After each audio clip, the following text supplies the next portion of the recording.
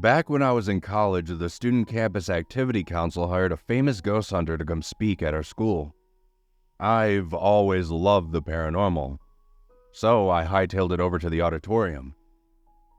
The ghost hunter was someone I had never heard of, but he had an impressive background, and seemed to have several things in the works at the time. This was back in 2005. I think he might actually have a TV show now. He was a man of small stature with a little white professor's beard and a receding hairline, but the way he spoke about the afterlife was fascinating. You could tell he truly believed what he claimed to see. Either that or he was a hell of a salesman.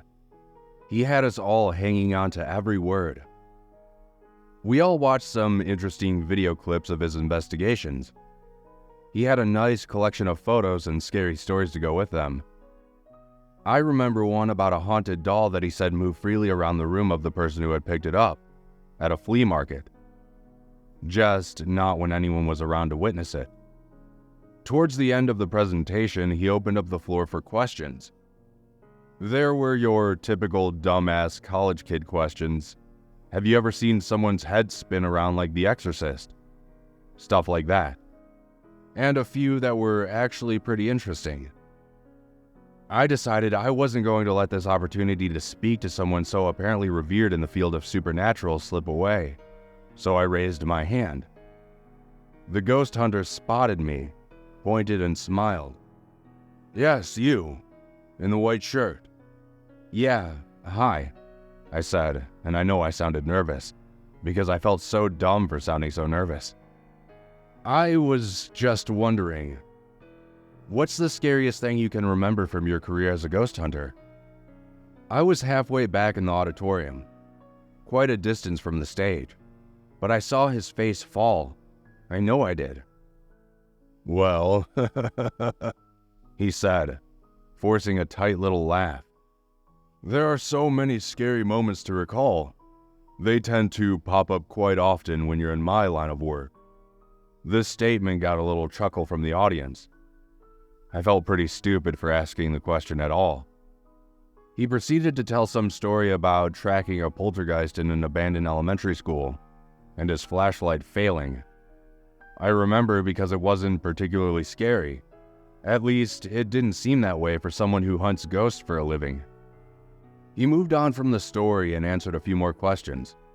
He didn't look my way again. When it was over and everyone started to leave, I decided not to get stuck in the crush of students leaving through the front door. Feeling somewhat dejected, like I had done something wrong, I slipped quietly out of the theater exit and headed for my dorm. The ghost hunter was sitting outside on a bench near the bike racks, smoking a cigarette. I ducked my head and tried to get by without him noticing. "Hey kid." He took another drag and then crushed the cigarette out on the cement bench beside him. "Listen, I'm sorry," I remember blurting, feeling like such a stupid kid. "I know my question was dumb. I wasn't trying to make fun of you or anything." He shook his head. He brushed the ashes off the bench. He patted the space beside him, inviting me to sit down. I hesitated for a moment. Then I sat next to him, keeping a healthy distance between us. "I didn't tell the truth," the ghost hunter said. His face looked much older up close, the wrinkles deeper. The confident salesman aura had faded from him, leaving behind a man in his 60s who had clearly seen a lot of things. The story I told, it wasn't the scariest moment of my career. "I figured that," I remember saying. He nodded as though he had known I knew. "This is the scariest moment of my career," he said. And this is what he told me. It was the 1970s. I was a much younger man back then. I hadn't reached success in the paranormal industry quite yet, and was left to pick up the scraps that the pros didn't want. Usually they were schizophrenics whose broken minds tricked them into believing that there were phantoms after them, or children playing pranks on gullible and concerned members of the neighborhood. If anything, it was a simple cleansing of the home with sage, and off I went. When I first got the call, I was ecstatic. What the client was describing appeared to be a full-blown demonic haunting, complete with physical manifestations, possession, and multiple witnesses. It was the break that I was searching for. It was the break that I desperately needed. The only detail that truly worried me was about their teenage son. The person they claimed to be suffering from possession had become violent with the members of his family.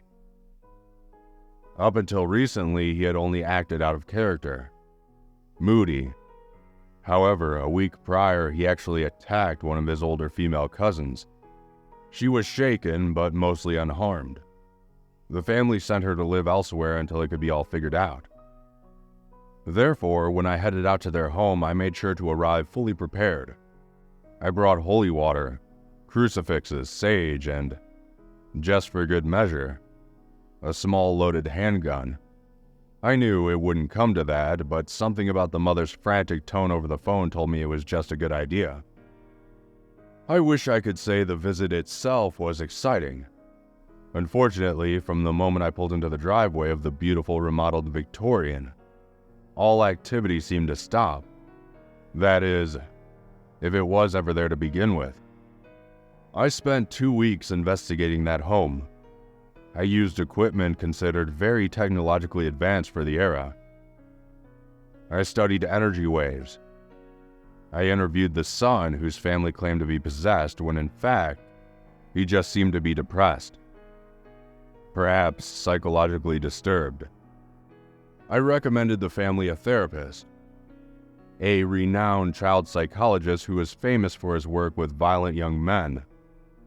On my last day in the house, they took him to the city for treatment. His parents returned shortly before midnight, retiring wearily to their bedroom, leaving me alone in the kitchen to go over my findings. There was nothing to be said, and I knew it. Everything they had described could be written off to the hysterics of a family who couldn't admit their son was in desperate need of medical attention. Everything, that is, except for the drains in the floor. Upon touring the home, I was impressed with how up-to-date it had been brought. It was clearly from the 1900s, and kept in immaculate condition. The woodwork and character of the house was carefully preserved, as it was given necessary updates, like modern plumbing and electricity. The basement was the only area that seemed stuck in time. The walls were a clammy stone that was prone to gathering moisture, leaving it unfit to store anything vulnerable to spiders or mold.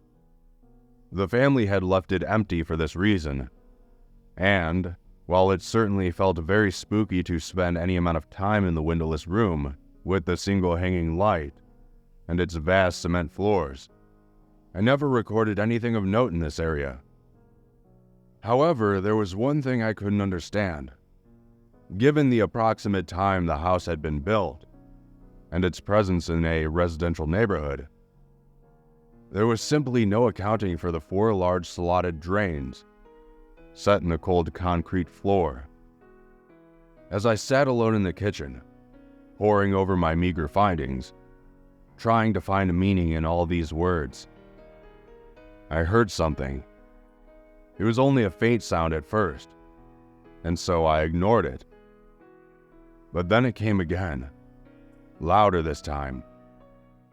There was a steep spiral staircase that led up to the 2nd floor, winding up from the corner of the small kitchen, and it was where the noise seemed to be emanating from. Assuming it was simply one of the homeowners, restless after dropping their son off in an institution, I glanced up. It was coming down the stairs. I can't say walking because that wasn't the case.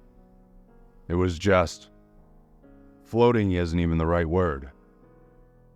Just moving. Moving down the stairs. Straight at me. It had no eyes. It had no face. And yet somehow I knew it was looking at me. Right at me. into the very depths of my soul. Then it spoke. I'm not sure how it spoke. I don't think I actually heard anything, so perhaps it used some sort of telepathy. Either way, I can recall the words to this very day.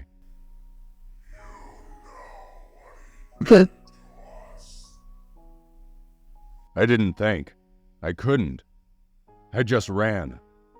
I upended my chair when I fled, scattering papers across the kitchen that claimed this house wasn't really haunted, that it was all hallucinations of a very sick boy. I left them there. Do you know how awful that is? I left those people in that house with that thing. I didn't stop driving for 30 miles, for God's sake. When I realized how far I had gone, I finally pulled over and called the family from a payphone. They were the furthest thing from my mind when I saw it. All I could do was respond to the deep animal instinct to escape, to run out of that supposedly safe house with my tail between my legs. They moved, I think. I was unable to continue my investigation. In writing, I cited insufficient evidence, but I knew it was cowardice. I believe the house was leveled a few years later. I ended up doing my own research. Curiosity ate away at me with vicious little rat teeth as time went by. The accusation still ringing fresh in my ears. You know what he did to us. And eventually, yes, I did. Old newspaper clippings didn't tie the stories together. Not necessarily. But I was able to piece some of the meaning out of the yellowed excerpts. At some point around the turn of the century, the house had been residence to a well-respected mortician. Unable to find a building in town to suit his needs, he said, he built his own home/office space. It was a grand feat of architecture, and a shining example of a true entrepreneur, a man pursuing the American dream of running his own business. Upstairs was the bedroom, mid-level the funeral home, in the basement, a mortuary. I then realized what the drains were for. Separately, decades later, another well-respected member of the local community was arrested under the suspicion of abuse of his professional position, with moral cause.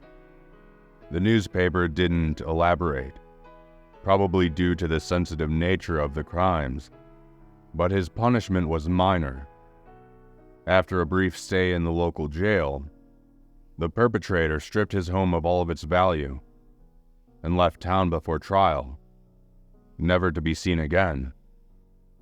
It didn't take much to guess the connection. I suppose I don't know for sure, but the words of that thing still echo through my head to this day.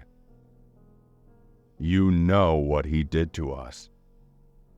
There was a reason that mortician felt such a strong desire to build a house that contained his business, to suit his needs. The things that were done to those bodies in the basement were unspeakable. But yes, I know. I know what he did to them. And it's because of this, coming face to face with the true nature of a man in its darkest places, that the encounter with that faceless thing is the scariest moment of my career.